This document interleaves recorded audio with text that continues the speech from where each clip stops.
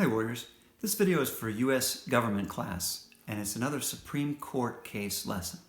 So in your booklets you'll find one of these blank pages, and this is the form that we've been using to take notes on our Supreme Court cases. So at the top of that page you'll see a space for the litigants, one party versus another party, and this case is Brandenburg versus Ohio. Just below that you'll see spaces for the date for the criminal case and the date for the Supreme Court case. The date for the criminal case is 1964.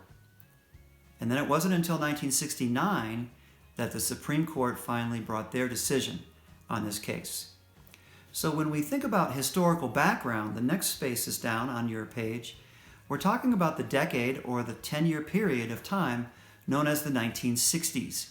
And the 1960s was a time that was full of protest and demonstrating, and the people who were protesting and demonstrating were often referred to as part of the counterculture or countercultural movements.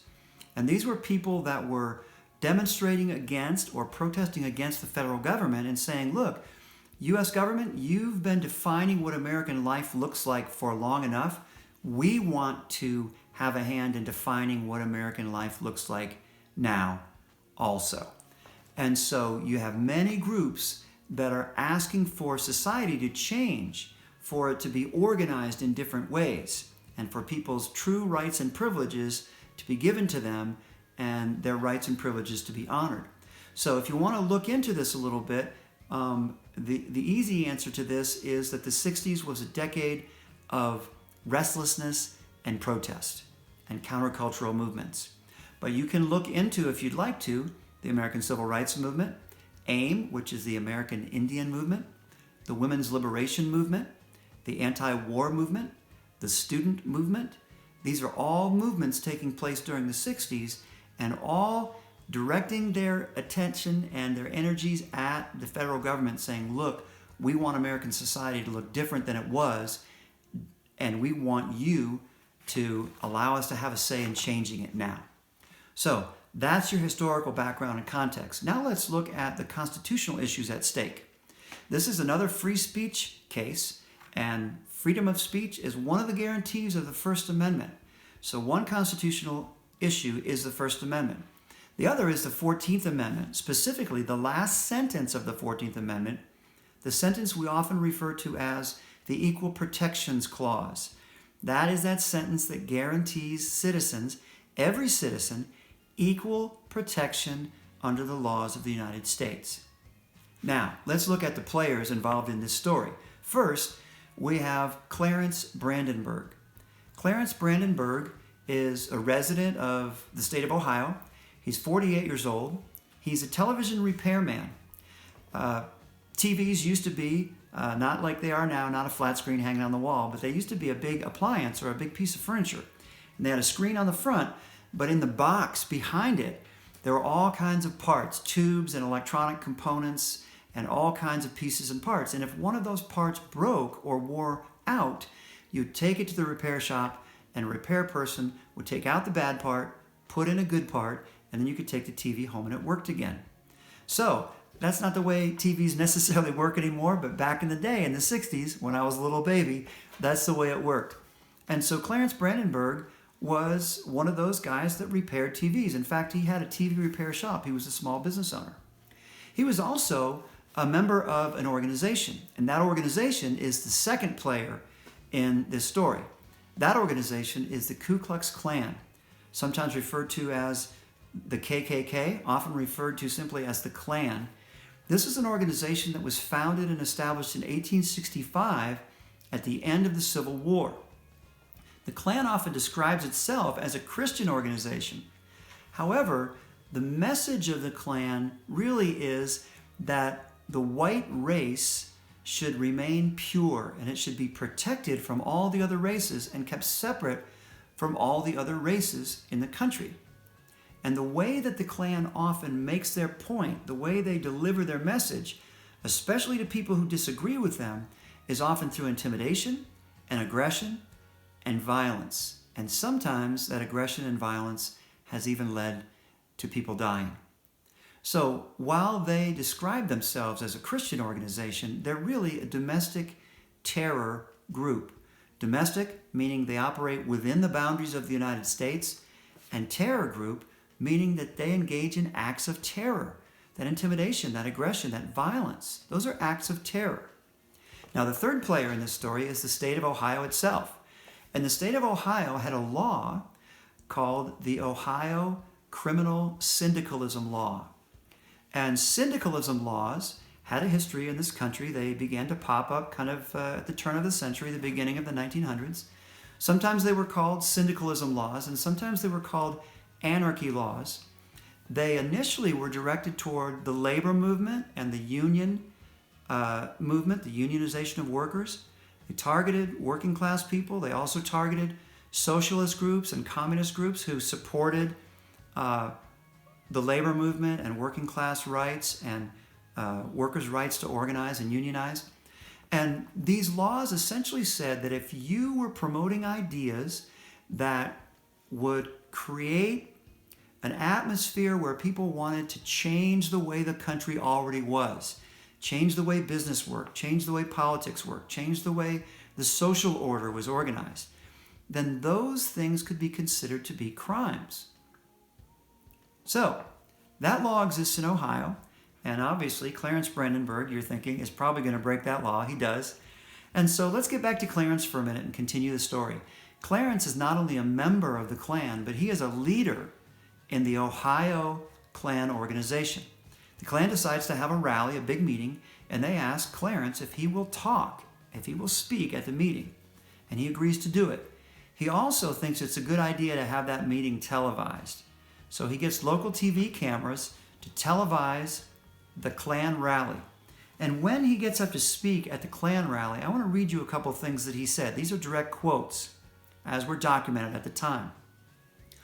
One of the things he says is this: if our president, our Congress, our Supreme Court continues to suppress the white Caucasian race, it is possible that there might have to be some revengeance taken.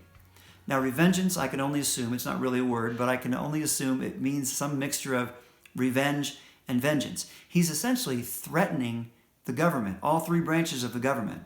And he's saying, look, federal government, if you're not nicer to the white man, trouble's going to come your way. He's threatening them. Later on in the speech, he says this, and this is another quote, and then he uses the N-word, should be returned to Africa. The Jew returned to Israel.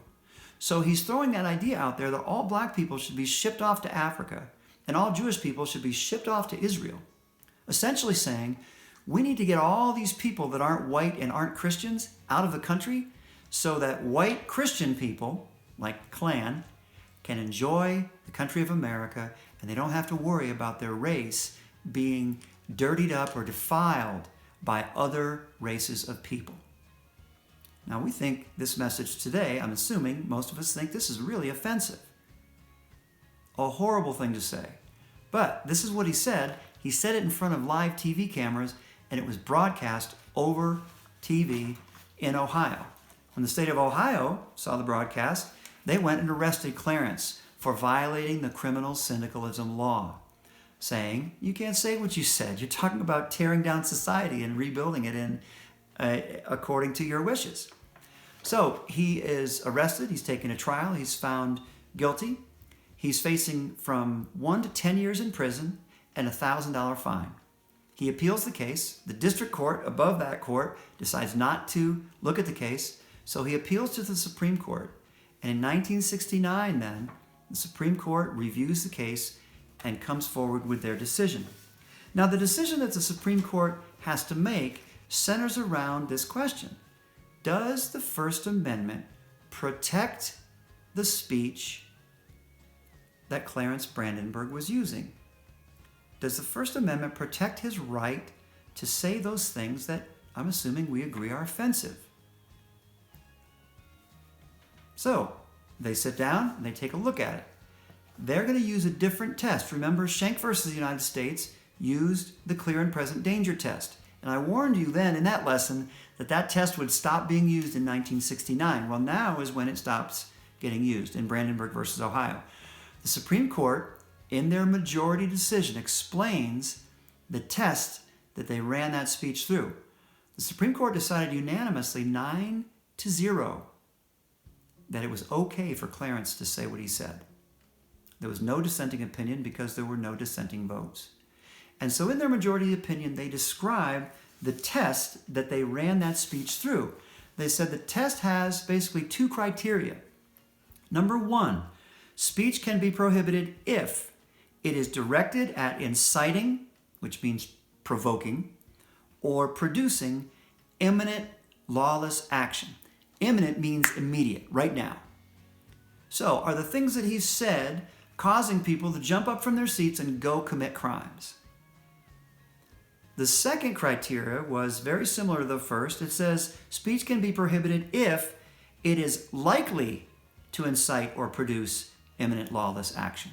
So it's either directed at provoking immediate lawless action or it's likely to provoke immediate lawless action. And again, the court decided, no, that's not what was happening. There were a bunch of Klan members who had guns in the crowd. Clarence Brandenburg did not, but there were a bunch of Klan members who had guns with them that day. Okay? But apparently they didn't jump up and go commit crimes. If, by the way, if you want a good example of speech that may have not passed the Supreme Court's test, go to YouTube and type into the search bar American History X, that's the name of a movie, and then also type grocery store scene. And you'll see a speech given by a character played by Edward Norton, and this is an example of speech that directly provokes people to imminent lawless action. This is an example of speech that more than likely would not have passed the Supreme Court's test. Now, let's look at the ongoing impact to society. Well, number one, the first thing that happened was that criminal syndicalism law in Ohio was declared unconstitutional. It was struck down or thrown away, and that law does not exist anymore. The second thing that happened was that an idea began to emerge about free speech in America. And that is that if I get to say what I want to say, you also get to say what you want to say. And now we typically like what we say, but we don't always like what other people are saying. That's part of the sacrifice we have to make if we want to say what we want to say. Okay?